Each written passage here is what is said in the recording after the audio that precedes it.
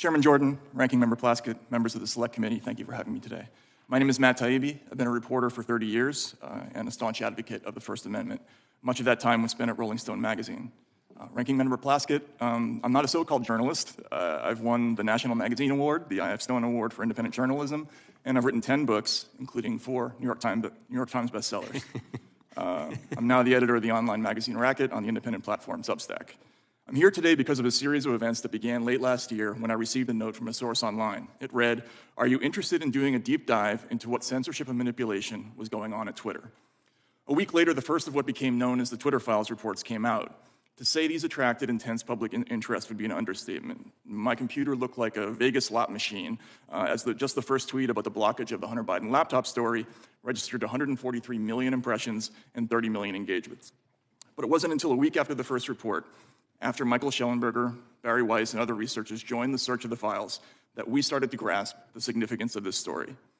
The original promise of the internet was that it might democratize the exchange of information globally. A free internet would overwhelm all attempts to control information flow, its very existence a threat to anti-democratic forms of government everywhere. What we found in the files was a sweeping effort to reverse that promise and use machine learning and other tools to turn the internet into an instrument of censorship and social control. Unfortunately, our own government appears to be playing a lead role. We saw the first hints in communications between Twitter executives before the 2020 election, when we read things like flagged by DHS or please see attached report from FBI for potential misinformation. This would be attached to an Excel spreadsheet with a long list of names whose accounts were often suspended shortly after. Again, Ranking Member Plaskett, I would note that the evidence of Twitter-government relationship includes lists of tens of thousands of names on both the left and right. The people affected include Trump supporters, but also left-leaning sites like Consortium and Truthout, the leftist South American channel Telesur, the Yellow Vest movement. That, in fact, is a key point of the Twitter files, that it's neither a left nor right issue. Following the trail of communications between Twitter and the federal government across tens of thousands of emails led to a series of revelations. Mr. Chairman, we summarized and submitted them to the committee in the form of a new Twitter files thread, which was also released to the public this morning.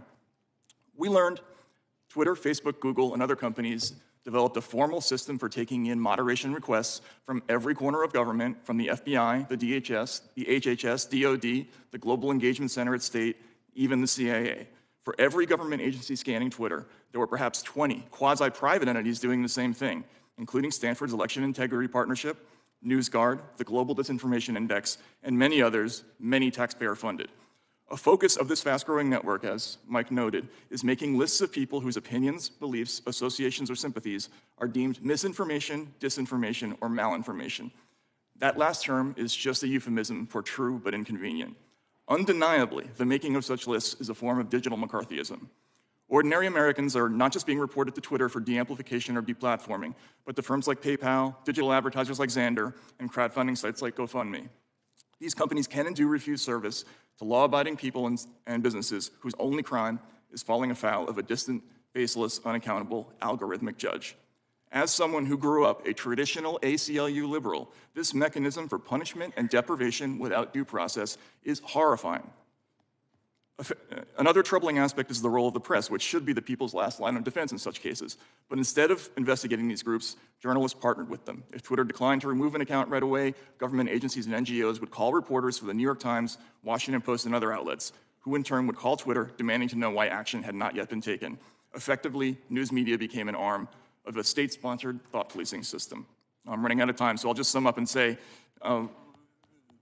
it's just not possible to instantly arrive at truth. It is, however, technologically possible to instantly define and enforce a political consensus online, which I believe is what we're looking at. This is a grave threat to people of all political persuasions. The First Amendment and an American population accustomed to the right to speak is the best defense left against the censorship industrial complex. If the latter can knock over our first and most important constitutional guarantee, these groups will have no serious opponent left anywhere. If there's anything the Twitter files show, it's that we're in danger of losing this most precious right, without which all democratic rights are impossible. Thank you for the opportunity to appear, and I'd be happy to answer any questions from the committee.